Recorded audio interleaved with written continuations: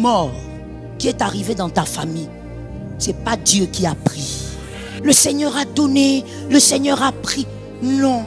Il y a des gens que le Seigneur subit. Il constate son arrivée. Je te démontre par cette écriture que Jésus était choqué que ce garçon soit mort. Première question que j'ai à vous poser. Pourquoi un jeune homme mort, c'est-à-dire que son esprit est sorti depuis, n'est-ce pas? Pourquoi Jésus a la compassion là? Parce que Jésus étant Dieu savait quand les garçons étaient morts. Pourquoi c'est là qu'il a pitié? C'est la première question. Supposons que le garçon soit mort 2 heures avant. Mais Jésus était au courant en tant que Dieu. Mais pourquoi il a pitié? Pourquoi il a compassion? C'est à vous de réfléchir. Hein? C'est la première question que je vous pose. Si Jésus était d'accord avec la mort de ce garçon, il savait que le garçon était parti.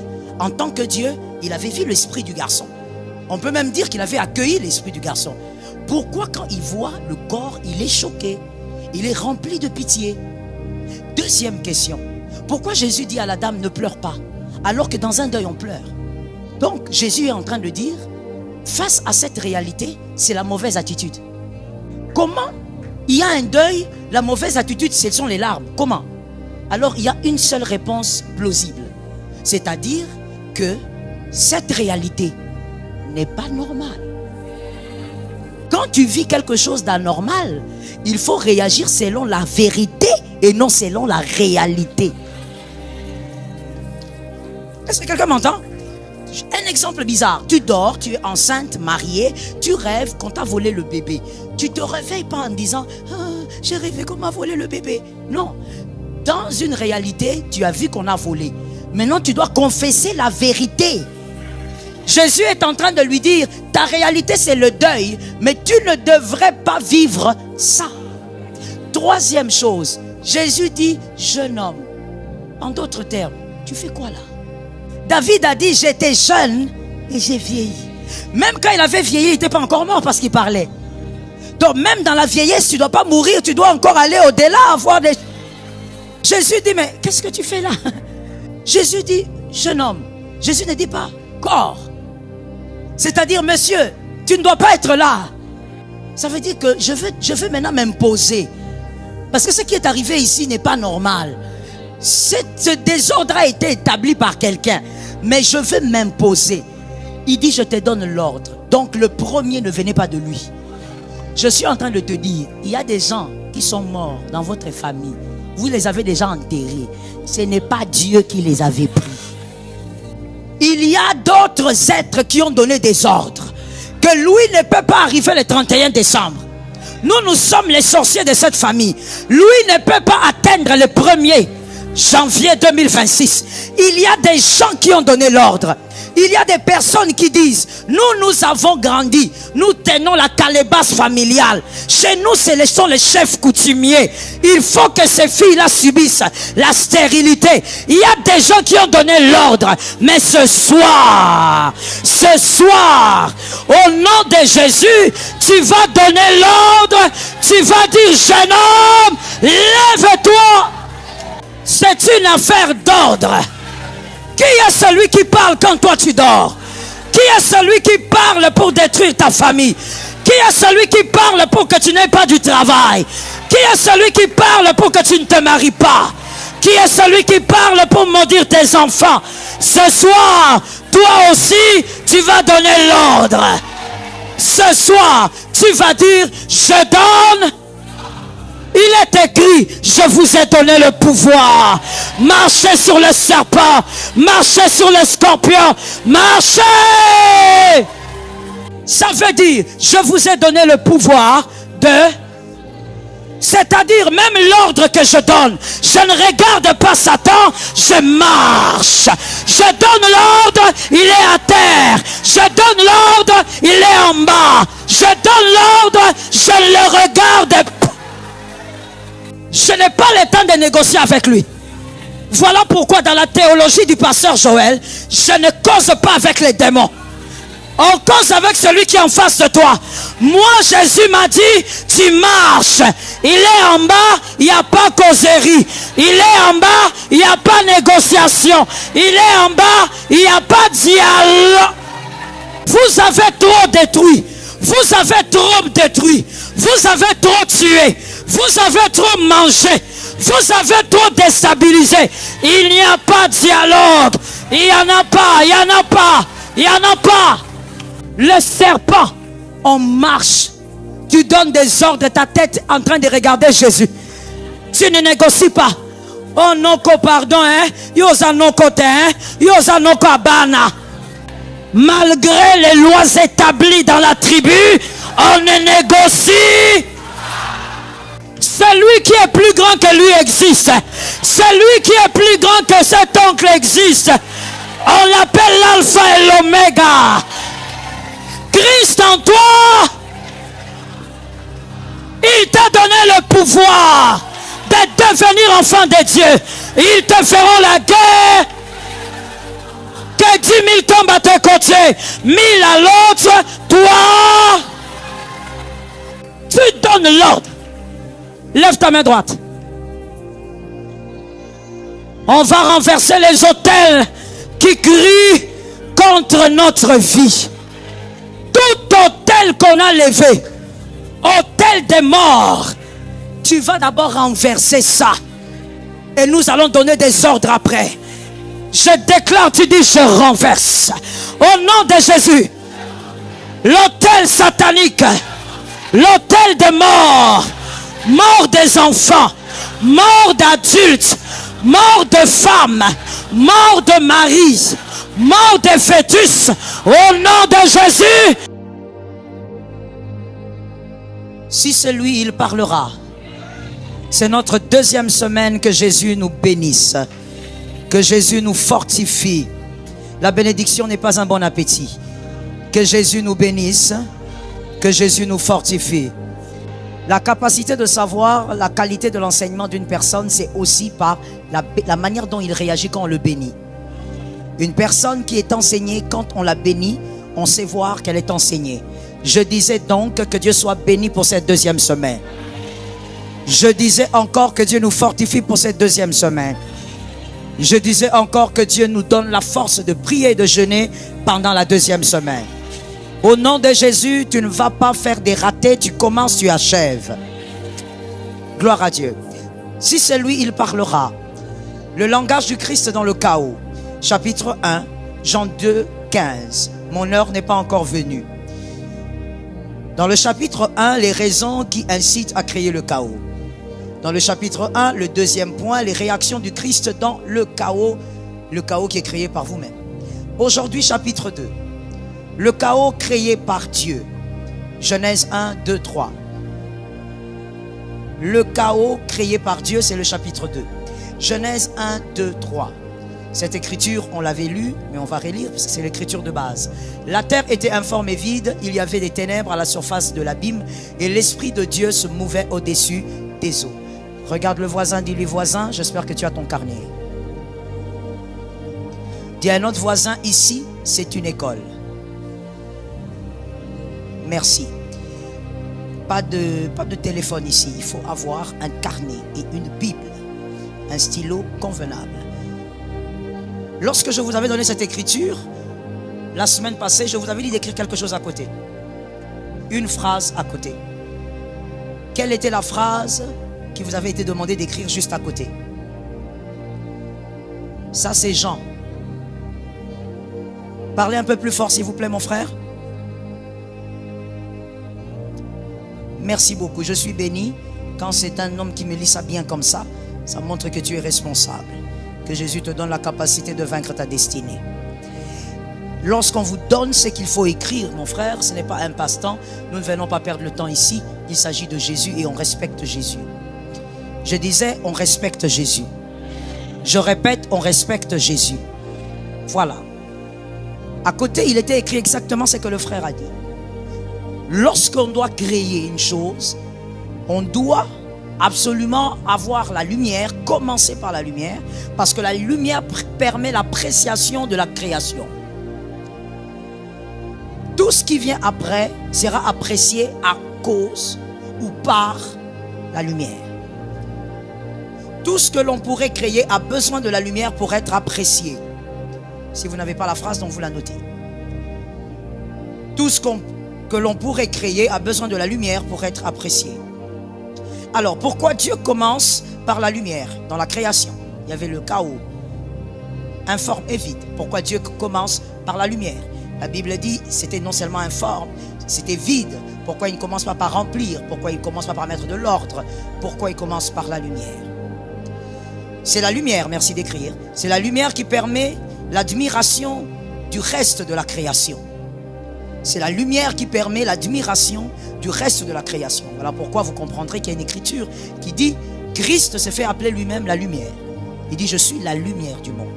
Pourquoi? Parce que Christ, quand vous l'avez, vous pouvez apprécier tout le reste dans votre vie. Lorsque vous avez Christ, vous serez capable d'apprécier le véritable amour dans votre couple ou avec vos enfants. Lorsque vous avez Christ, vous allez comprendre le vrai sens du travail. Vous saurez apprécier votre travail. Lorsque vous avez Christ dans votre vie, vous saurez apprécier la vie elle-même. Et donc, vous allez vivre dans le contentement. Vous ne serez pas en train de courir toujours vers des choses que vous n'avez pas, mais vous serez capable de dire, oh, gloire à Dieu pour ce que je suis. C'est pas pour rien que Christ a dit, je suis la lumière du monde. Parce que avoir la lumière, c'est être capable d'apprécier toute la création. J'espère que quelqu'un d'intelligent me comprend. Avoir la lumière, c'est être capable d'apprécier tout le reste de ce qui a été créé. C'est pourquoi lorsque vous avez Christ, je reprends encore pour celui qui n'a pas bien compris. Lorsque vous avez Christ dans votre vie, voilà pourquoi il n'a pas dit « je suis la fenêtre ». Il a dit « je suis la lumière ». Je ne porte pas, je le suis. Et celui qui me porte devient lumière. C'est comme ça que dans notre écriture, il dit « vous êtes la lumière aussi du monde ». Parce que lorsque vous avez la lumière, vous allez mieux définir tout ce que vous vivrez sur terre. Ainsi, lorsque vous serez heureux, vous n'allez pas dire « je suis malheureux » parce que Christ va vous apprendre la vraie définition du bonheur. Lorsque l'Éternel vous fait grâce de respirer, vous n'allez pas vous plaindre parce que vous n'avez pas de voiture, mais vous allez réaliser que ce que vous avez est plus grand que ce que vous demandez. Pour celui qui n'a toujours pas compris, la présence de Christ dans une vie en tant que lumière redéfinit tout ce que l'on possède sur terre. Et on commence à mieux vivre tout ce que l'on possède sur terre. Ainsi, vous allez constater quelqu'un qui n'a pas Christ, il a des millions, mais il déprime. Il meurt même de la dépression. Parce que ce qui rend heureux, écoutez-moi très bien avant d'écrire s'il vous plaît, ce qui rend heureux n'est pas ce que l'on a, mais c'est la définition de ce que l'on a. Ce qui rend heureux n'est pas ce que l'on a. Ce qui rend heureux n'est même pas ce que l'on est. Ce qui rend heureux, c'est la définition de ce que l'on a ou de ce que l'on est. Bien définir amène un bien-être. Bien définir amène ou apporte le bien-être. Et donc, voilà pourquoi au commencement, Dieu commence par la lumière. Le Robert dit que la lumière veut dire, la définition du Robert, c'est par quoi les choses sont éclairées. La lumière, c'est par quoi les choses sont éclairées. Ça, c'est la définition du Robert. Le texte hébraïque de Genèse 1, 2 à 3, le texte hébraïque dit Vayihor. Vayihor veut dire que la lumière arrive. Si on dit que la lumière arrive, Vayihor, ça veut dire que la lumière se trouve quelque part. Je veux choquer quelqu'un en disant Dieu n'a pas créé la lumière. Dieu l'a appelée. Aujourd'hui, je tolère un peu les gens qui n'ont pas de carnet. Mais demain, je ne veux pas tolérer mon frère. Il va y avoir un carnet. Parce que je ne sais pas tout ce que je dis, comment tu vas faire pour noter, revoir à la maison et que ça te bénisse. Vayihor veut dire que la lumière arrive. On n'a donc pas créé, on l'a appelée. La lumière ne se crée pas, la lumière s'appelle. En d'autres termes, la lumière avait été invitée ce jour-là. Pourquoi la lumière n'avait pas été créée? Mais parce qu'elle était. La lumière n'a pas été créée, elle est sortie de Dieu. Donc Dieu dit à la lumière, come out of me. Dieu dit à la lumière, sors de moi. Sors de moi et sois. Ainsi il est écrit, la lumière fut. It's not written que la lumière fut créée. It's written, la lumière fut. C'est-à-dire, elle n'était pas à un lieu et elle s'est manifestée. On n'a pas créé, on l'a appelée. Ainsi, la lumière ne se crée pas, elle s'invite. Merci d'écrire ça. La lumière s'invite. Comme au commencement, vailliror, que la lumière vienne, arrive. La lumière s'invite. Phrase à écrire et même à épingler. Lorsqu'on veut qu'une création soit remarquable, on invite la lumière. Lorsqu'on veut qu'une création soit remarquable, on invite la lumière. Et donc quand Dieu a invité la lumière au commencement, ce n'était pas pour que la lumière soit la première arrivée. C'était pour que la lumière permette la révélation, on va dire, des autres. C'était pour que la lumière permette la contemplation des autres. Une phrase importante encore à écrire. Nous comprenons par ceci que comme la lumière s'invite, il y a donc une chose qui invite la lumière. Il y a un fondement qui ne peut pas manquer pour que la lumière soit invitable. Vous savez, lorsque vous organisez une fête, vous invitez les gens selon le modèle de votre fête.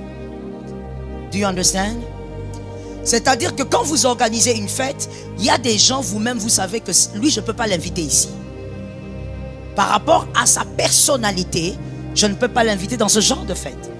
La lumière s'invite aussi selon un certain fondement. Si ce fondement n'est pas là, la lumière ne vient pas même quand vous l'invitez. Et le fondement qui fait arriver la lumière, ce sont les ténèbres. Les ténèbres est le fondement de la lumière.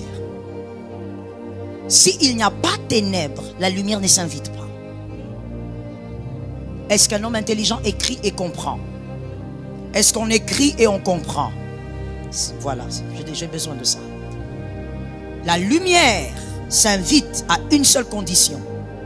Le fondement doit être correct. Et ce fondement, ce sont les ténèbres.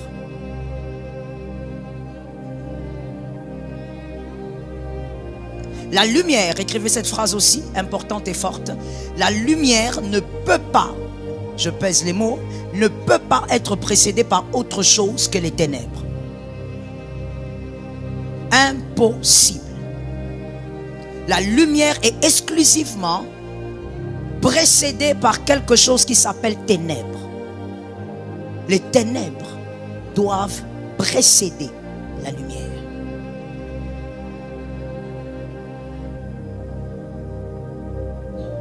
Les jeunes là-bas, veillez à avoir des carnets et des stylos et pour écrire et non les téléphones.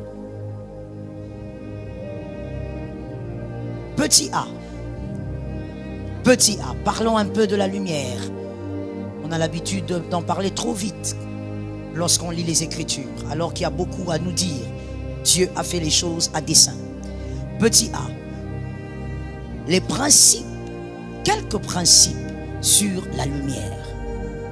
Quelques principes sur la lumière. C'est le petit A. C'est important de bien noter. Premier principe. La lumière ne peut s'inviter elle-même. Comme on l'a dit tout à l'heure, elle est invitée par les ténèbres. La lumière ne peut s'inviter elle-même, elle est invitée par les ténèbres. Dieu étant lumière et ayant la lumière en lui, il s'est mouvé au-dessus des eaux, il n'y avait aucun problème. Et s'il a invité la lumière, ce n'était pas pour que la lumière l'éclaire lui. C'était pour que la lumière s'impose dans les ténèbres. Alright? La lumière donc, c'est quoi le premier principe? 1, 2, 3. Voilà pourquoi il y a une écriture. Jean 3, 16. Car Dieu a tant aimé le monde qu'il a donné son Fils unique afin que quiconque croit en lui ne périsse point, mais qu'il ait la vie éternelle. Ok, il est venu, il dit je suis la lumière du monde. Il est venu pour que les gens ne périssent point. Donc les gens périssaient. Si les gens ne périssent pas, il ne vient pas.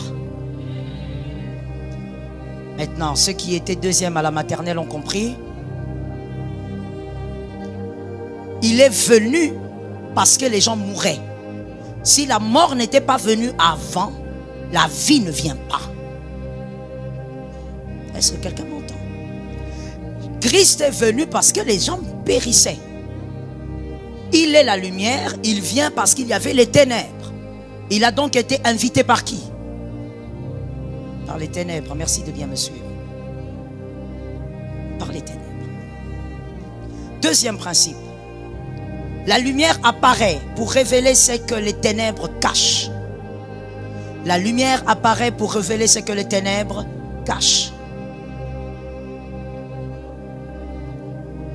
Voilà pourquoi il y a une écriture qui peut dire les ténèbres ne régneront plus toujours. Pourquoi? Parce que la lumière, quand elle arrive, ce qui était caché est révélé. La Bible dit que l'Esprit de l'Éternel s'est mouvé au-dessus des eaux. Dans les obscurités, oui ou non? Oui, merci. Soyez un peu rapide, aidez ceux qui ne lisent pas la Bible, d'accord? Il s'est mouvé au-dessus des eaux dans les ténèbres, n'est-ce pas?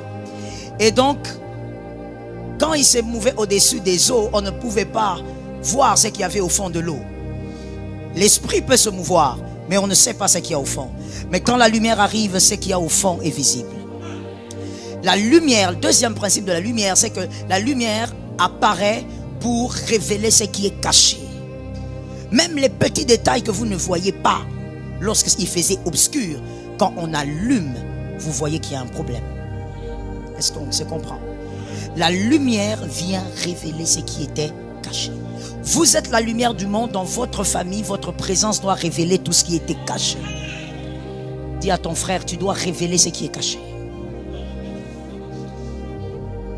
Le monde entier attend avec un ardent désir la révélation des fils de Dieu. Pourquoi la révélation des fils de Dieu? Parce que les fils de Dieu vont aussi amener d'autres révélations. C'est pas parce qu'ils sont fils de Dieu seulement. Non, non, non. Parce que eux arrivent. Parce que tout fils de Dieu qui n'amène pas la révélation est inutile. Je te réchoque encore. Tout fils de Dieu qui n'amène rien, tu n'amènes pas la révélation. Tu amènes seulement ton beau visage congolais. Tu es inutile. Tout fils de Dieu doit amener la révélation. Tu arrives dans ta famille, tu nais là-dedans et tu commences à manifester des choses cachées. Ta présence commence à sortir les condamnations. Ta présence commence à sortir les liens de famille. Ta présence commence à sortir tout ce qui était caché. Tout ce qu'on avait caché pour des descendances saute parce que tu es là. Dis à ton frère, tu dois être là pour révéler les choses. Troisième principe de la lumière. Troisième principe. La lumière est pour éclairer un grand nombre. La lumière, quand elle arrive, c'est pour éclairer un grand nombre. Plusieurs doivent voir. Luc 8, 16. Luc 8, 16.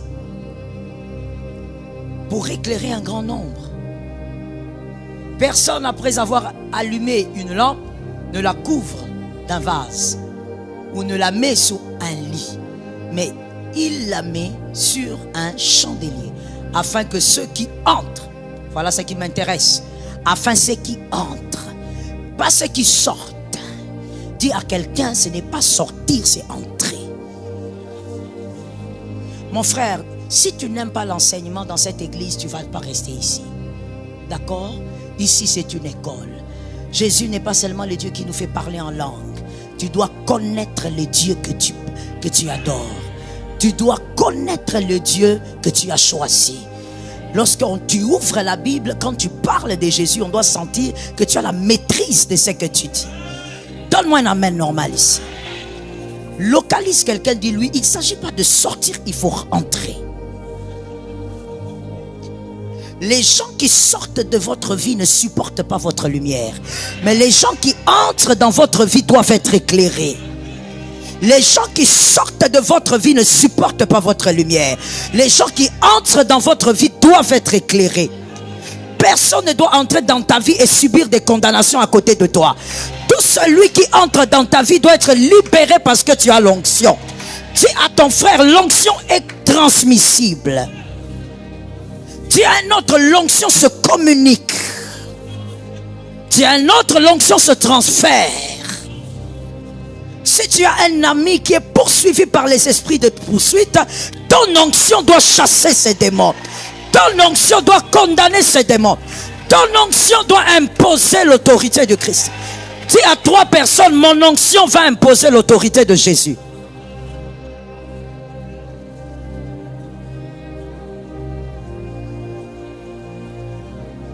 Ça doit se passer comme ça. Voilà pourquoi conseil gratuit, dis à quelqu'un d'autre. Et je vous dis de dire, si je te vois, tu fais façon, désobéissance, je te sors. Je n'aime pas les désobéissants. Dis à un voisin, voilà pourquoi je ne perds pas mon temps avec ceux qui sortent de ma vie. Dis à un autre, je ne sais pas ce qu'ils ont vu pour sortir. Ceux qui entrent doivent vivre la lumière.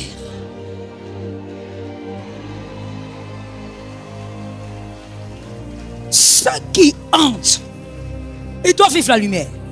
Voilà pourquoi le pasteur Joël ne te dira jamais, la tante qui est venue chez toi est sorcière, chasse-la. Ton grand-père est venu, il est sorcier, chasse-le. Ah non, le pasteur Joël ne te le dira pas.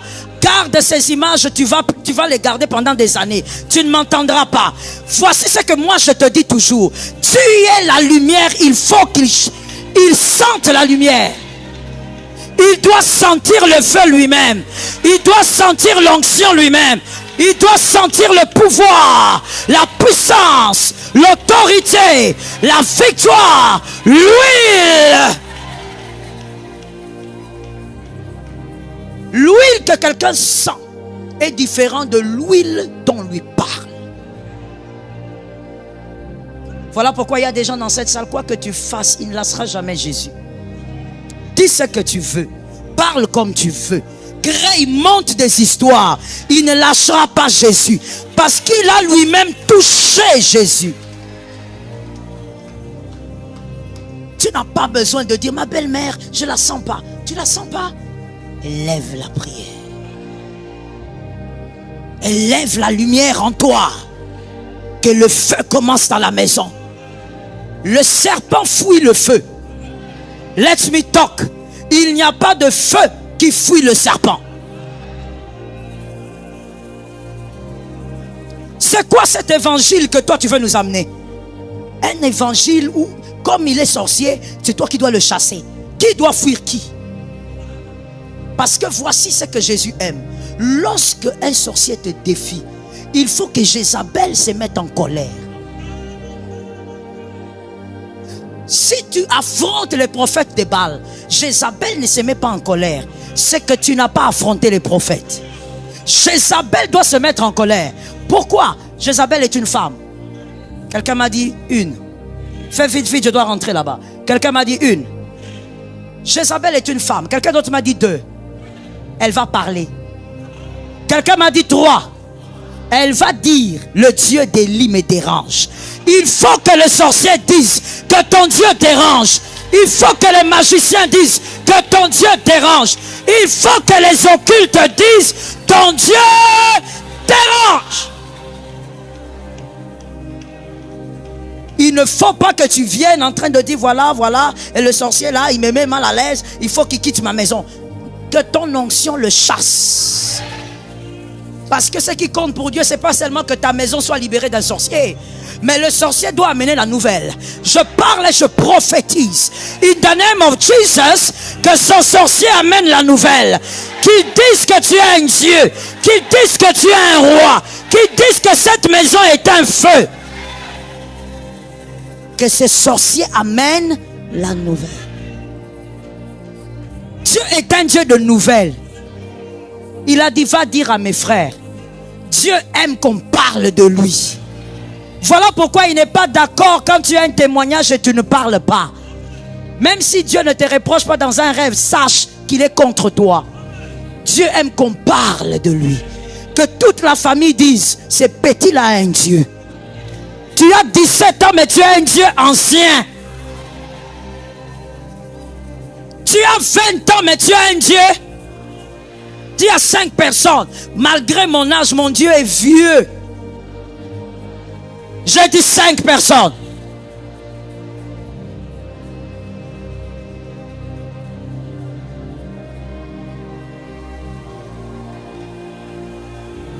Tu es un Dieu ancien. Il est écrit, il est l'ancien des jours.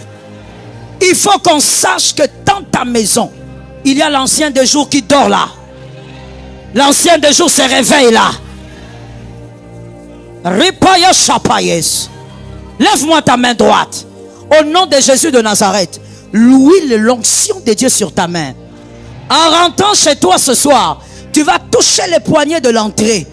Tout celui qui ne confesse pas ton Dieu, il ne rentrera plus dans cette maison-là. Repaye échappé à ça. J'ai mis l'huile sur tes mains. J'ai mis l'onction sur tes mains. Tu es la lumière du monde. J'ai dit bien, en arrivant chez toi ce soir, le premier poignet de la maison, tu attrapes ça. Et tu déclares le sang de Jésus. Tu entres dans ta maison. À partir de ce soir, tout sorcier, tout envoûteur, tout enchanteur n'entrera plus dans cette maison-là. Assieds-toi avec ça. Il faut savoir qui on est. Au début, je t'ai dit, quand tu définis bien les choses, tu comprendras le sens du bonheur. Let us go. Quatrième principe. Quatrième principe. La lumière dérange les ténèbres. Virgule, ça dérange les ténébreux. La lumière dérange les ténèbres, virgule, ça dérange les ténébreux. Les personnes ténébreuses. L'apparition de la lumière les expose. Les ténébreux. L'apparition de la lumière les expose. Quelque chose de formidable, c'est-à-dire donc que la nature de la lumière est une arme. Sa nature elle-même, c'est déjà une arme. La nature de la lumière est une arme par elle-même. Lorsque la lumière apparaît, toutes les personnes ténébreuses se sentent mal à l'aise. On n'a pas touché, on n'a pas parlé, mais ces personnes commencent à se cacher. L'apparition de la lumière est une arme. La nature elle-même de la lumière est une arme. Daniel 2, 22. Daniel 2, 22. La lumière expose le mal. La lumière expose le mal. La lumière n'a pas parlé. La lumière n'a rien dit. Mais celui qui est mal commence à se cacher. Voici ce que le prophète Daniel dit. Il révèle, il parle de la lumière. Il révèle ce qui est profond et caché. Il connaît ce qui est dans les ténèbres.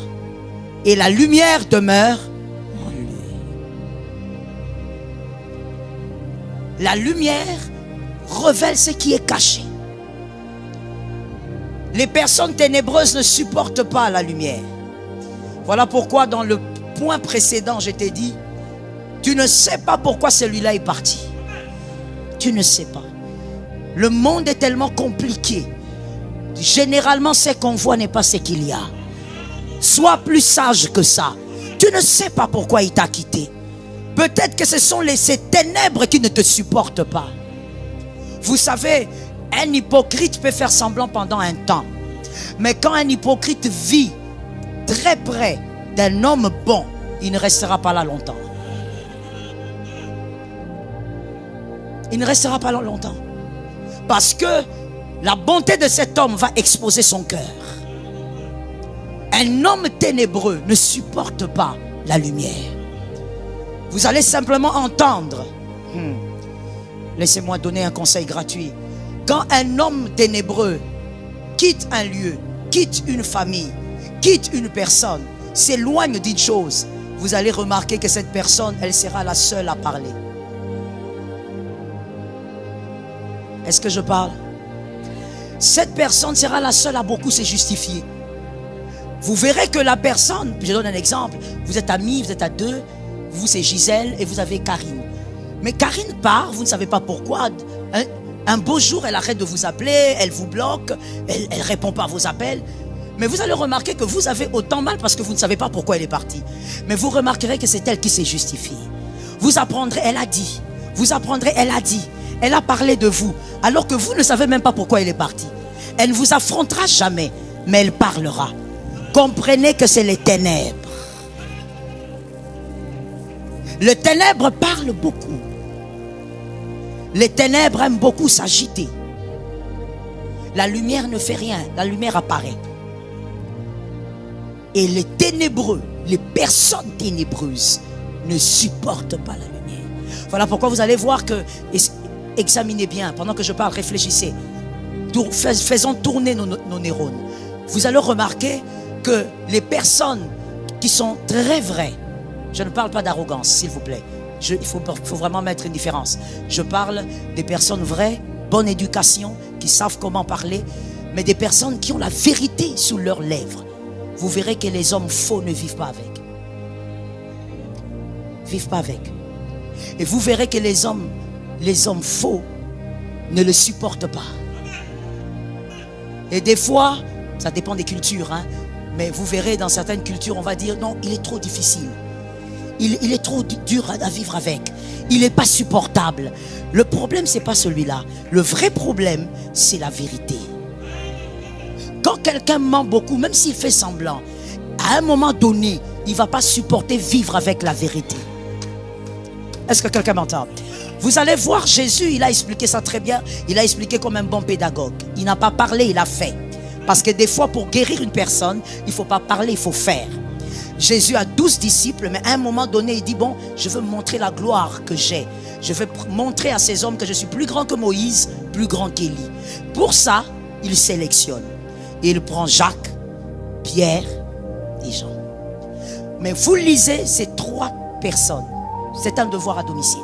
Lisez ce soir l'épître de Jean. Lisez Jacques. Lisez Pierre. Vous allez voir que c'était les 3 hommes les plus francs des 12. C'était les 3 hommes qui n'avaient pas la langue dans leur poche. Quand ils devaient dire quelque chose, ils les disaient direct. Jésus les prend et les amène. L'une des raisons, c'est d'abord parce qu'ils sont vrais comme lui-même. Mais la deuxième raison, c'est que quelqu'un de vrai va dire ce qu'il a vu.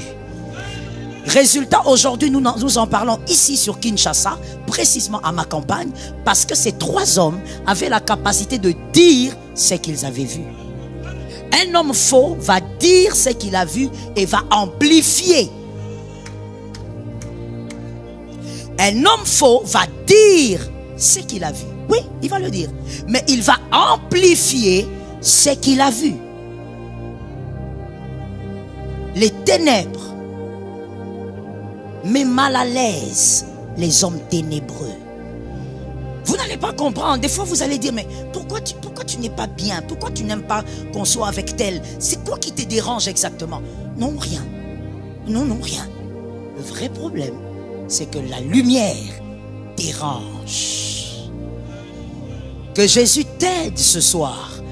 Que si les ténèbres dominent en toi, que la parole de Dieu impose la lumière.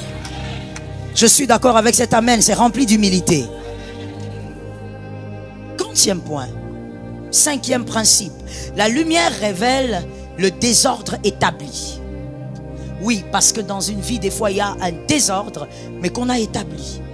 Dans une famille, il peut y avoir des désordres établis.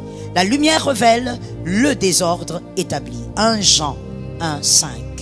1 Jean 1, 5. 1 Jean 1, 5. La nouvelle que nous avons apprise de lui et que nous vous annonçons, c'est que Dieu est lumière. Dieu est lumière et qu'il n'y a point en lui. Voilà. Certains désordres sont à découvert lorsque la lumière arrive. Sans la lumière, vous ne saurez jamais que ça c'est un désordre dans la vie. Je suis d'accord avec aussi. Sans l'apparition, c'est important d'en parler en termes d'apparition. Sans l'apparition de la lumière, il y a certains désordres que tu ne verras jamais dans ta vie. Que tu vas trouver normal parce que ton papa, ta maman, permettez-moi, t'a éduqué comme ça. Sans la lumière, il y a certains désordres, je dis bien établis, que tu ne verras pas dans la famille alors que c'est là. Depuis 30 ans, 40 ans, un désordre. Dis à quelqu'un, au nom de Jésus ce soir, que tes yeux s'ouvrent. Localise quelqu'un d'autre que tu aimes, dis-lui que le désordre établi te soit révélé. Sans la lumière, et on a dit selon cette écriture, la lumière c'est... Soyez un peu rapide s'il vous plaît, la lumière c'est qui? C'est Christ. Christ est la lumière. Il ne faut pas oublier ça. Sans la lumière, certains désordres tu vas vivre avec, tu vieillis avec. Sans savoir que c'est un désordre qu'on a établi dans ta vie. Un désordre qu'on a établi dans la famille. Est-ce que quelqu'un m'entend? J'ai parlé de l'un de ces désordres, je ne sais pas si c'était le dimanche ou avant, mais je crois que c'était la semaine. Toi tu es l'aîné, mais ce sont les petits qui dominent sur la famille. C'est un désordre établi. Il y a quelqu'un qui a imposé ça là. Et toi tu as grandi, tu as trouvé ça. Peut-être que ce sont les parents parce que malheureusement ça existe. Quelqu'un m'a dit malheureusement ça existe. Sois un peu rapide, dis-moi malheureusement ça existe. Il y a des parents en faisant grandir les enfants, ils ne respectent pas la ligne d'arrivée selon Dieu. Parce qu'aucun parent a décidé que celui-ci soit deuxième, celui-ci soit troisième. C'est Dieu qui les a envoyés. Alors aime tous les enfants d'abord de la même manière. Quelqu'un m'a dit première chose, aime tous les enfants. Quelqu'un m'a dit deuxième chose, respecte la destinée de chaque enfant. Ne compare pas les enfants. Oui, il peut arriver que la troisième se marie avant l'aîné. Laisse-moi parler. Ce n'est pas un signe de bénédiction. C'est un signe de visitation. Tu n'as pas compris. La bénédiction, la grâce que Dieu donne à un homme, imméritée. La visitation, c'est votre destinée qui l'attire. Dieu peut bien imposer le mariage à un cadet avant les aînés. Il n'est pas plus béni que les aînés. Il a seulement été visité selon le timing de sa destinée. Localise un voisin, dis-lui que ta visitation ne te fasse pas croire que tu es en avance. Je parle, je prends une écriture, Léa et Rachel. Les hommes intelligents sont déjà arrivés. Léa et Rachel. Léa a eu des enfants avant Rachel. Mais qui a fait quoi au milieu des enfants de Léa? Qui a fait quoi? Même quand il a pris Zilpa, elle a ajouté. Même quand elle a ajouté sa servante, elle a fait aussi des enfants avant la servante de Rachel. Qui a fait quoi au milieu des enfants de Léa? Joseph est sorti parmi tous. Est-ce que quelqu'un m'entend? C'est très important de faire la différence entre la bénédiction et la visitation. Vous êtes visité selon votre destinée. Et tu peux être visité avant l'autre. Ça ne veut pas dire que tu es plus grand. Ça veut dire que le timing de ta destinée a décidé que c'est l'heure de ta visitation.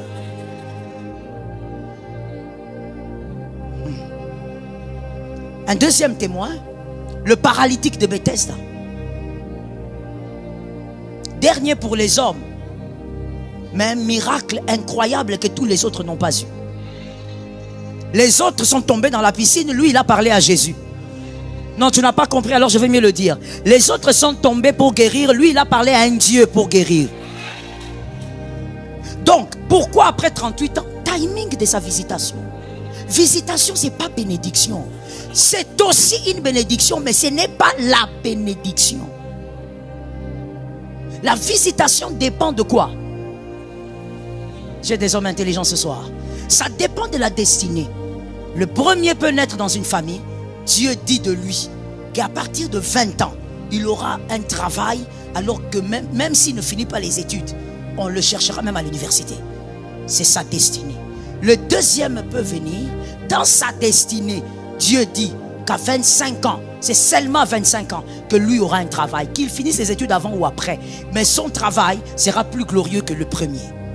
C'est une question de visitation. Ce qui est écrit dans la destinée.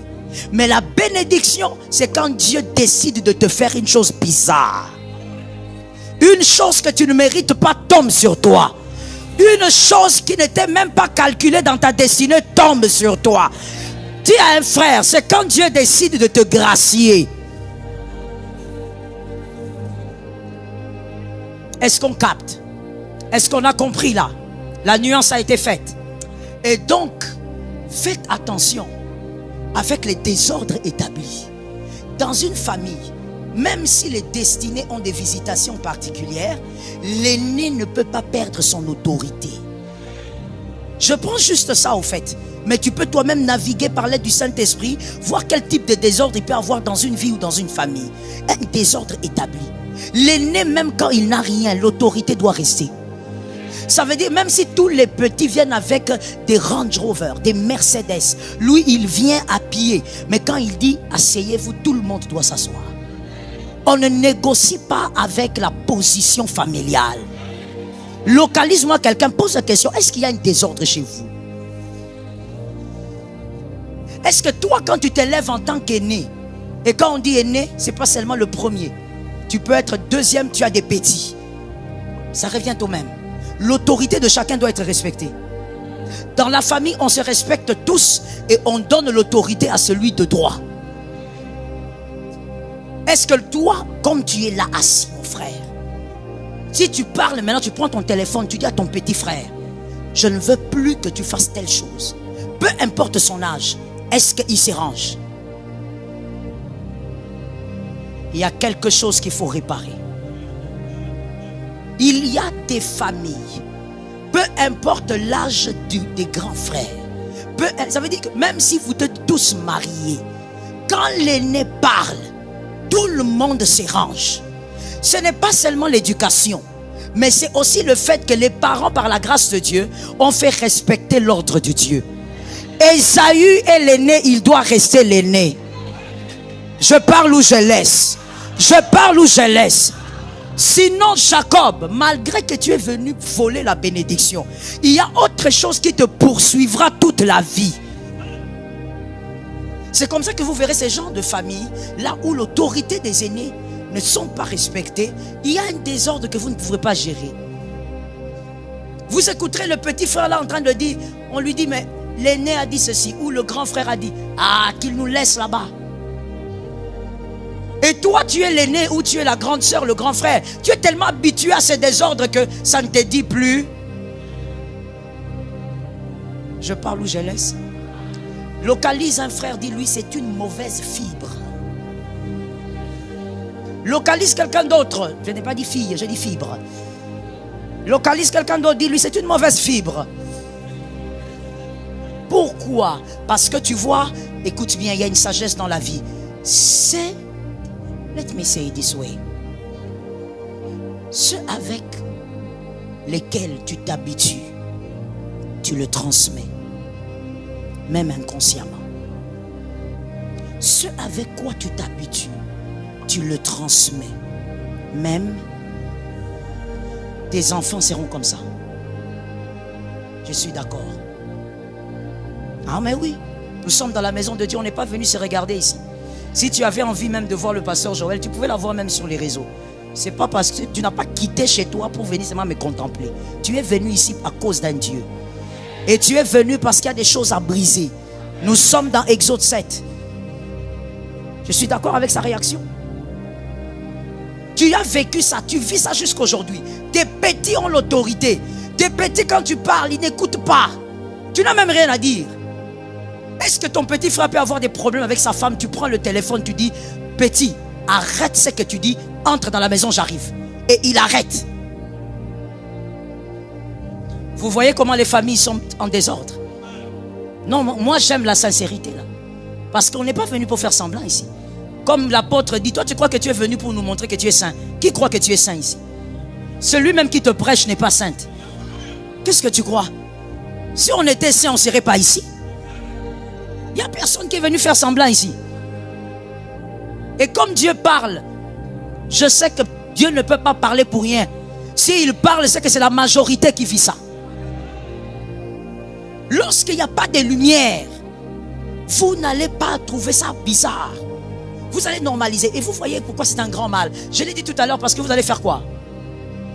Et ensuite, transmettre. Mais il y a aussi un autre mal. Dis à un frère, il y a un plus grand mal encore. C'est que tu te marieras. Et comme tu te marieras, tu vas rencontrer la famille d'autrui. Et dans la famille d'autrui, là où il y a de l'ordre, toi tu vas être la sémence. Très bien. Tu seras la mauvaise graine. Le mauvais garçon là, qui n'écoute personne. Toi, comme tu injuries ta mère, tu injuries ton père, tu vas aller faire la même chose chez les autres. Tu vas scandaliser les gens. Ils vont dire, mais qu'est-ce que cet enfant, c'est quoi? Le mari de Niclette, pourquoi il est comme ça? Pourquoi il parle à papa comme ça? Ça, c'est son naturel. Parce que lui a grandi, sa grande sœur, à Kipakaye Koutou. Voilà pourquoi, je l'ai toujours dit, c'est pas nouveau.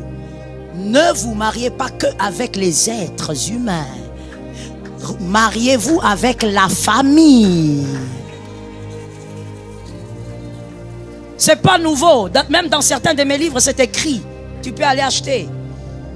Faut tenir compte. Non, c'est un bel homme. Il parle bien. Ça, c'est le campus. Qu'est-ce que tu crois? Ça, c'est le façonnement du campus. La montagne inspirée. Ça, c'est le façonnement des loupiaux. Publicité gratuite. Ça, c'est le façonnement de. C'est tout. Mais ses frères, comment il vit avec ses frères? Moi, mon papa, quand je voulais me marier, il m'avait dit, puisque j'avais déjà perdu ma maman, il était devenu papa, maman en même temps. Et on avait même senti ça. Quand maman est partie, il était devenu vraiment... Il a cool down. Il est descendu du grand général qu'il était. Il est descendu tout doux.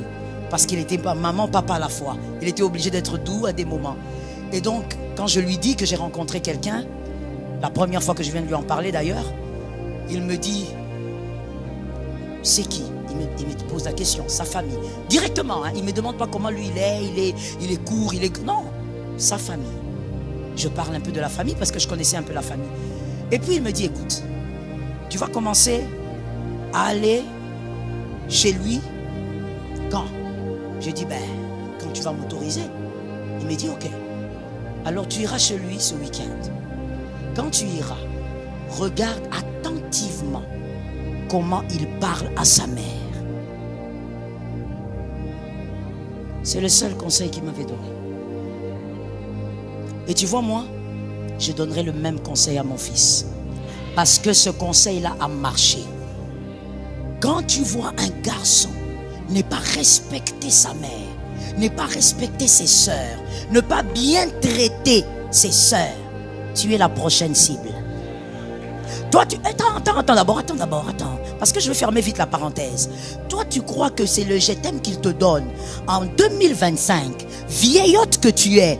Il t'a connu il n'y a pas longtemps. Il a connu plein de filles avant toi. Toi, tu crois que ce je t'aime là est spécial.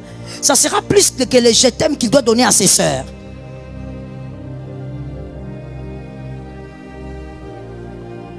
Tu dois regarder le garçon là, comment il traite ses sœurs, comment il parle. Lorsqu'il y a un désordre, le désordre va se transmettre. Et malheureusement pour toi, c'est la personne que tu as choisie en oubliant que ça sera le père de tes enfants. Un père, c'est un modèle d'autorité. Celui qui va transmettre l'éducation. Écoutez-moi un peu les demoiselles. Quand vous choisissez, vous ne pensez, excusez-moi, j'allais choquer, mais j'essaye de me retenir parce que lorsque vous choisissez, mesdemoiselles, lorsque vous choisissez vos gars, vous ne pensez qu'à vos libidos ou vous pensez au fait que ça sera l'éducateur de tes enfants. Il va éduquer tes enfants. Est-ce que le cerveau tourne là? Il va éduquer tes filles. Toi, tu as une bonne éducation parce que tu as eu le père que tu as eu. Toi, tu choisis en désordre comme ça. Pourquoi? Une fois, il y a une sœur à qui on a posé la question. On a dit, est-ce que si tu veux te marier et ton pasteur refuse que tu épouses cet homme, est-ce que tu accepteras? La fille qui dit oui. Alors les autres se sont moqués d'elle. Pourquoi? Ton pasteur, il est qui? Tu l'as rencontré juste. C'est juste un pasteur. Qu'est-ce que tu veux dire? Tes parents, ils sont d'accord. Ton pasteur n'a rien à dire. Et cette fille s'arrête, elle dit, mais au fait, vous ne comprenez pas. Le problème, ce n'est pas l'homme, le pasteur. Le problème, c'est la capacité de s'élever contre l'autorité. Mais les filles intelligentes comme ça, elles sont parties où? Hein? J'ai vu seulement celle-là. C'était sur un truc là d'une église, je ne vais pas citer le nom, sur leur publicité d'activité sur TikTok. Dans une église là, j'ai béni directement leur pasteur. J'ai dit vraiment, tu fais un bon travail. Maintenant, les filles là, elles sont finies. Il reste seulement celle-là, la dernière.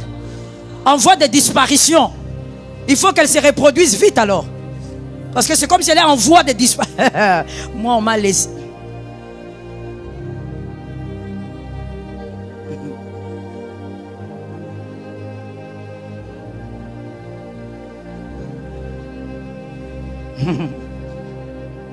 Chacun a sa grâce.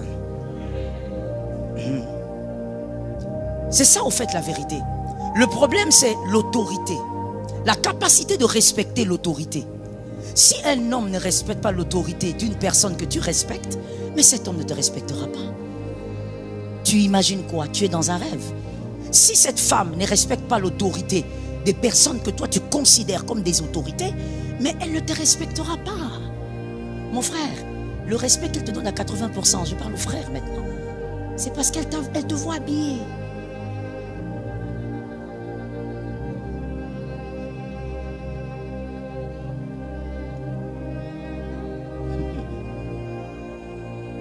Quand elle te verra 3-4 fois comme un ver de terre, tu seras foutu.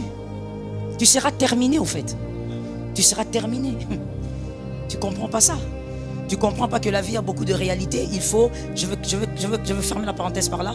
La vie a beaucoup de réalités. Il faut choisir quelqu'un. Dès le départ, il y a une très grande pondération de respect. Parce que je ne veux pas que tu te leurres. C'est une vérité et celui qui va le contredire veut mentir.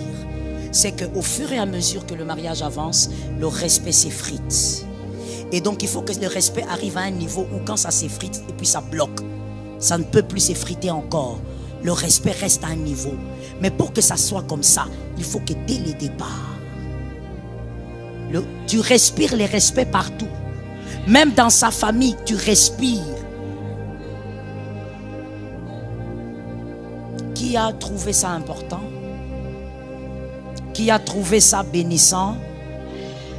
D'accord. Nous fermons la parenthèse, nous revenons.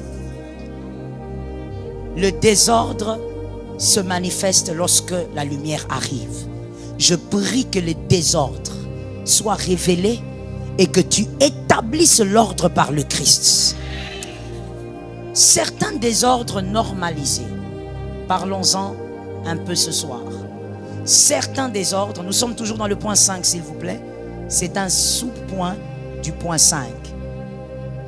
Certains désordres normalisés, premier désordre dans le point 5, la mort précoce. La mort précoce. Selon le psaume 102, verset 24 dans certaines Bibles, d'autres Bibles c'est le verset 25. Si vous avez Louis II, c'est le 25. La mort précoce, le psaume 102, verset 25, si vous avez Louis II.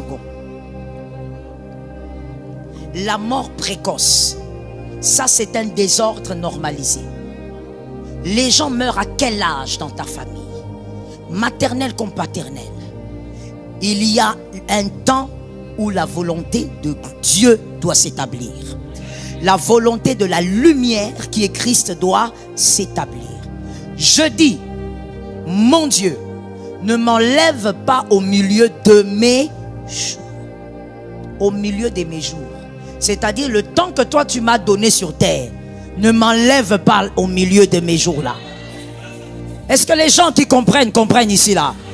D'accord? J'ai du mal à traduire plus que ça. C'est limpide. Ne m'enlève pas au milieu de mes jours. C'est-à-dire tu m'as donné sur terre 70 ans. Ne m'enlève pas 60 ans. Ne m'enlève pas 50 ans. Le psaume de David déclare cela. David est quelqu'un qui a beaucoup affronté la mort. C'était un homme de guerre. Voilà pourquoi Dieu a refusé qu'il bâtisse le temple. Dieu lui a dit clairement, regarde tes mains, il y a trop de sang, monsieur. Tu as tellement tué. David était un homme de guerre. Il a tué sans compter. Mais là, il dit, ne m'enlève pas au milieu de mes jours. Si tu m'as donné 80 ans, ne m'enlève pas à 40 ans. Ton amen est en train d'ouvrir une porte à la bénédiction. J'ai dit tout à l'heure, la bénédiction, c'était quelque chose que... La bénédiction c'est quelque chose que il méritait. Très bien. Vous ne méritez pas. Ce qui se déclare maintenant, c'est la bénédiction. Peut-être que votre famille ne mérite pas, mais l'Éternel fait grâce ce soir. Il dit, ne m'enlève pas au milieu de mes jours. Toi, dont les années durent. I like David. Il dit, ne m'enlève pas au milieu de mes jours. Toi dont les années durent éternellement. En d'autres termes, je vais le dire en français facile. David est en train de dire, je viens acheter auprès de celui qui a les années, mes années. S'il y a quelqu'un avec qui je dois négocier la vie, c'est celui qui n'a pas des jours définis. Donne-moi un amen que tu comprends. David est en train de dire, je viens causer avec celui qui est éternel. C'est-à-dire, il n'a pas une fin. Ainsi, c'est avec toi que je vais causer pour que je vive selon le temps que tu m'as donné sur terre. David n'est pas allé devant n'importe qui. Voilà pourquoi il était l'homme selon le cœur de Dieu. David savait négocier avec Dieu. Et il connaissait les choses à dire avec les hommes et à dire. Il s'agit de la vie. David ne va pas parler à sa femme. Il ne va pas parler à non. David dit, monsieur, toi tu es éternel. Alors comme tu es éternel, ne m'enlève pas au milieu de mes jours.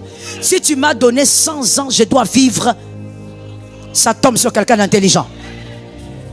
La mort précoce est un désordre. Il faut que ça s'arrête dans ta famille au nom de Jésus. Le paralytique de Bethesda, parlons de lui encore. Il a été là. S'il était mort plus tôt, il serait mort paralytique. Vous imaginez la mort précoce, comment c'est mauvais. S'il était mort plus tôt, en dehors de la volonté de Dieu, il serait mort paralytique. C'est-à-dire donc qu'il y a des gens qui meurent sans accomplir la volonté de Dieu, sans accomplir la mission, sans accomplir la destinée. Le paralytique est resté là jusqu'à sa guérison.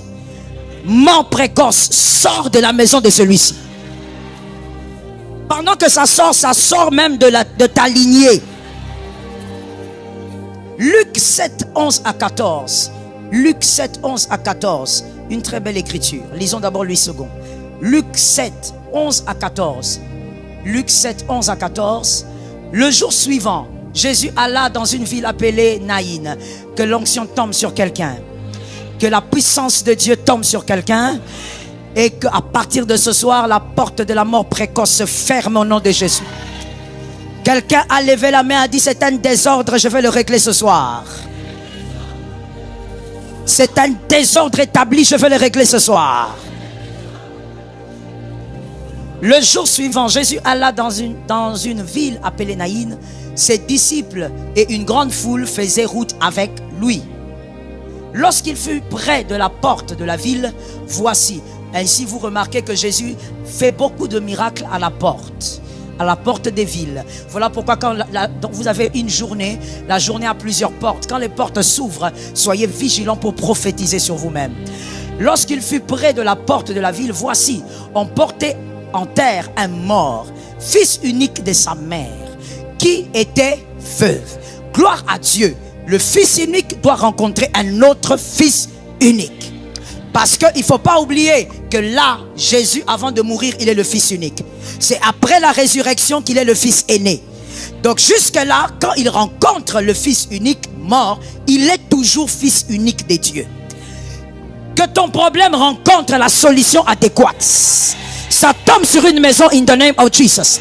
Que ton problème rencontre une solution véritable. Il y avait avec elle beaucoup de gens de là. Thank you. Le Seigneur l'ayant vu fut ému de compassion. Quelqu'un m'a dit compassion. Quelqu'un a ajouté pour elle. Elle lui dit ne pleure pas. Il s'approcha et toucha le cercueil. Ceux qui le portaient s'arrêtèrent. Lorsque l'Éternel arrive, que ceux qui ont commandité ce mal s'arrêtent in the name of Jesus. Il dit, jeune homme, il n'a pas dit vieillard.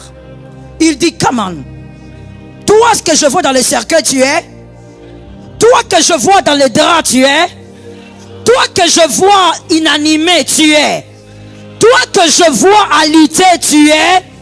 Le jeune homme, sa place est au travail. C'est pas dans la mort. Lève-toi. Lève-toi. Localise un voisin, dit ce soir, cette mort qui a régné dans cette famille déménage. Écoutez maintenant cette version. C'est la parole de vie. Je vous la lis. Parole de vie dit ceci. Quand le Seigneur la voit, la femme, il est plein de pitié pour elle et lui dit, ne pleure pas. Il s'avance et il touche le cercueil. Les porteurs s'arrêtent. Jésus dit, jeune homme, réveille-toi, c'est un ordre. Jeune homme, réveille-toi. Je peux choquer quelqu'un. Dieu a donné, Dieu a pris, c'est faux dans certains cas. Non, je vais essayer de le dire en lingala pour la choquer au malam. Baliwa nyon so famille na bino, nzamba zoate. Si le français n'est pas correct, arrange ça toi-même. Plutôt, si le lingala n'est pas correct, arrange ça toi-même. Tout mort qui est arrivé dans ta famille, c'est pas Dieu qui a pris. Le Seigneur a donné, le Seigneur a pris. Non. Il y a des gens que le Seigneur subit. Il constate son arrivée. Je te démontre par cette écriture que Jésus était choqué que ce garçon soit mort. Première question que j'ai à vous poser. Pourquoi un jeune homme mort, c'est-à-dire que son esprit est sorti depuis, n'est-ce pas? Pourquoi Jésus a la compassion là? Parce que Jésus étant Dieu savait quand les garçons étaient morts. Pourquoi c'est là qu'il a pitié? C'est la première question. Supposons que le garçon soit mort 2 heures avant. Mais Jésus était au courant en tant que Dieu. Mais pourquoi il a pitié? Pourquoi il a compassion? C'est à vous de réfléchir. Hein? Chacun réfléchit selon l'intelligence que sa maman lui a donnée. Non, mais parce que scientifiquement parlant, l'intelligence vient de la mère. C'est scientifiquement prouvé. Si vous épousez une femme façon. Non, c'est scientifiquement prouvé. Si vous voyez une femme intelligente, sachez, ou même un garçon, l'intelligence, la grande partie provient de la mère. C'est scientifique. Allez faire des recherches. Et donc, c'est la première question que je vous pose. Si Jésus était d'accord avec la mort de ce garçon, il savait que le garçon était parti. En tant que Dieu, il avait vu l'esprit du garçon. On peut même dire qu'il avait accueilli l'esprit du garçon. Pourquoi quand il voit le corps, il est choqué? Il est rempli de pitié. Deuxième question. Pourquoi Jésus dit à la dame ne pleure pas, alors que dans un deuil on pleure? Donc Jésus est en train de dire, face à cette réalité, c'est la mauvaise attitude. Comment il y a un deuil, la mauvaise attitude, ce sont les larmes? Comment? Alors il y a une seule réponse plausible. C'est-à-dire que cette réalité n'est pas normale. Quand tu vis quelque chose d'anormal, il faut réagir selon la vérité et non selon la réalité. Est-ce que quelqu'un m'entend? Un exemple bizarre. Tu dors, tu es enceinte, mariée, tu rêves qu'on t'a volé le bébé. Tu te réveilles pas en disant j'ai rêvé qu'on m'a volé le bébé. Non. Dans une réalité, tu as vu qu'on a volé. Maintenant, tu dois confesser la vérité. Jésus est en train de lui dire, ta réalité c'est le deuil, mais tu ne devrais pas vivre ça. Troisième chose, Jésus dit, jeune homme. En d'autres termes, tu fais quoi là? David a dit, j'étais jeune et j'ai vieilli. Même quand il avait vieilli, il n'était pas encore mort parce qu'il parlait.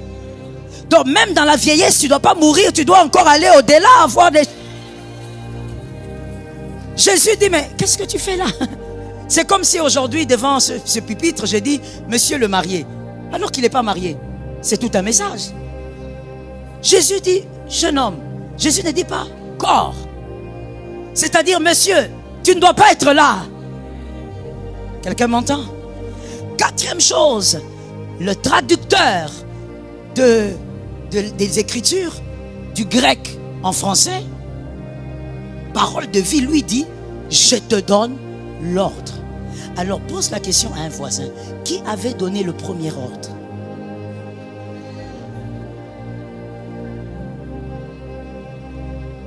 Localise-moi 3 personnes, dis-leur, qui avait donné le premier ordre?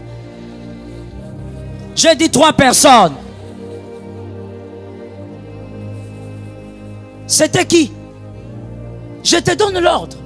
Et quand il dit ça, on sent que c'est avec une colère. Ça veut dire que je veux maintenant m'imposer. Parce que ce qui est arrivé ici n'est pas normal.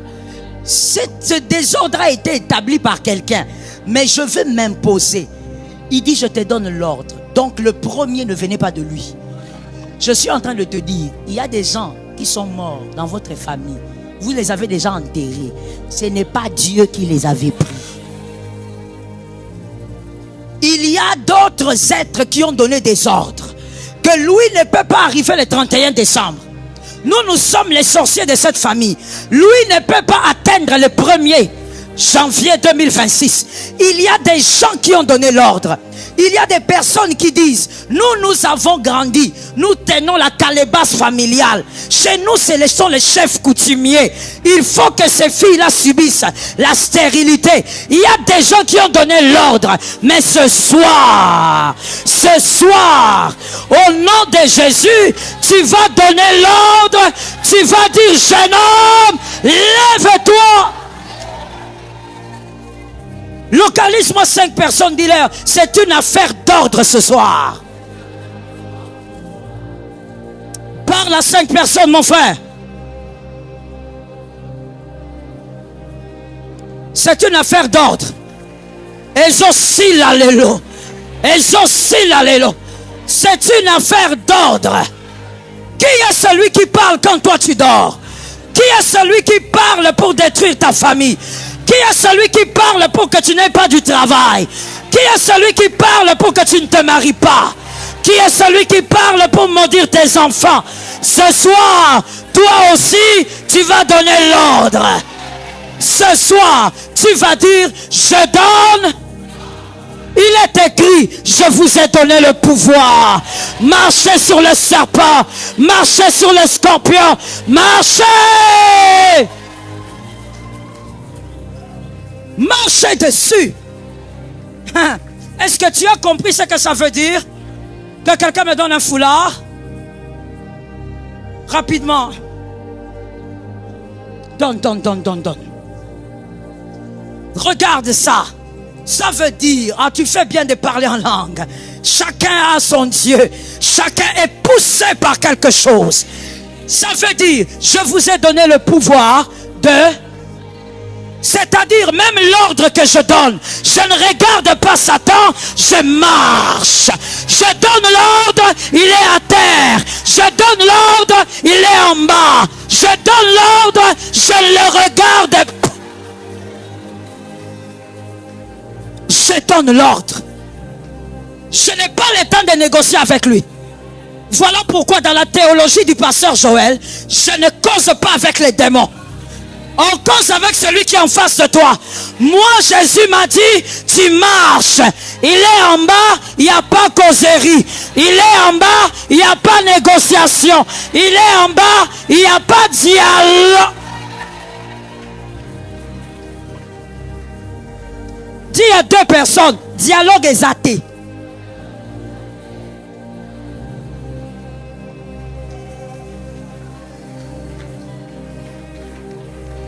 Vous avez trop détruit Vous avez trop détruit.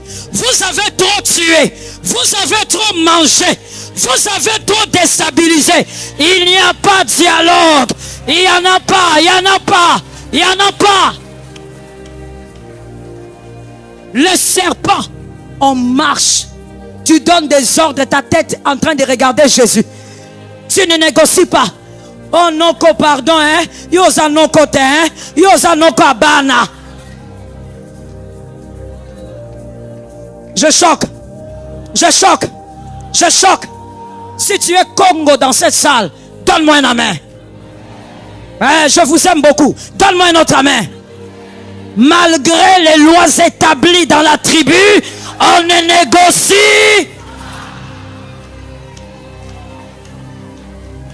Celui qui est plus grand que lui existe.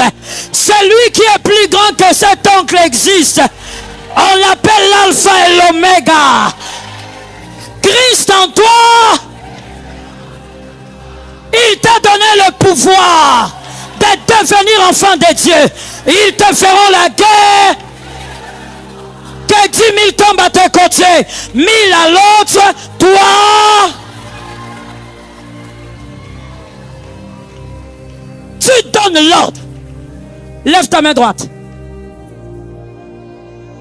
On va renverser les autels qui crient contre notre vie. Tout autel qu'on a levé, autel des morts, tu vas d'abord renverser ça. Et nous allons donner des ordres après. Je déclare, tu dis, je renverse. Au nom de Jésus, l'autel satanique, l'autel des morts, mort des enfants, mort d'adultes, mort de femmes, mort de maris, mort de fœtus, au nom de Jésus. Exode 34, 13. Tout autel satanique là où il y a ton nom. Parce qu'à la fin de cette année, les sorciers élèvent beaucoup les autels. Tout autel là où il y a ton nom, le nom de ta famille, tu vas finir avec tout à l'heure. Tu as le pouvoir, je ne vais pas prier à ta place. On y va, 1, 2, 3. Au contraire, vous renverserez leurs autels, vous briserez leurs statues et vous abattrez in the name of Jesus. Je vais déclarer. Toi, quand je déclarerai une fois, tu citeras le nom de ta famille. Nous allons renverser les langues qui maudissent votre famille, maternelle comme paternelle. Nous allons renverser ces langues-là. On va les clouer, ça doit se taire ce soir.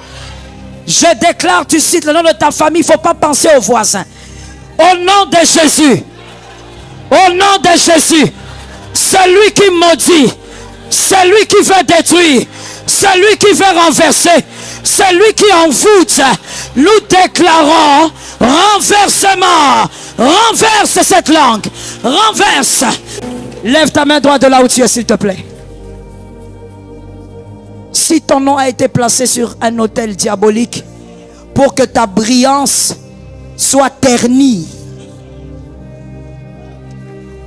ils vont constater que l'autel là est vide.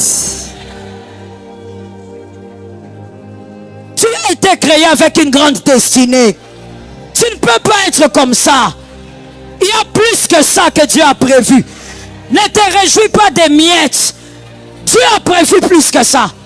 Nous allons déclarer 3 fois. Ma brillance, où qu'elle soit, je la récupère au nom. S'il vous plaît, déclarez ça bien. Lève bien la main.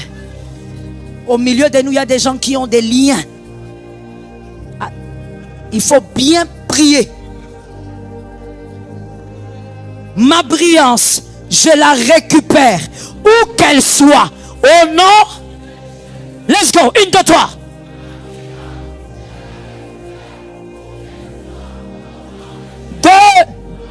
Rapayesh Marisaya. 3. Yemai Sheba Ebase.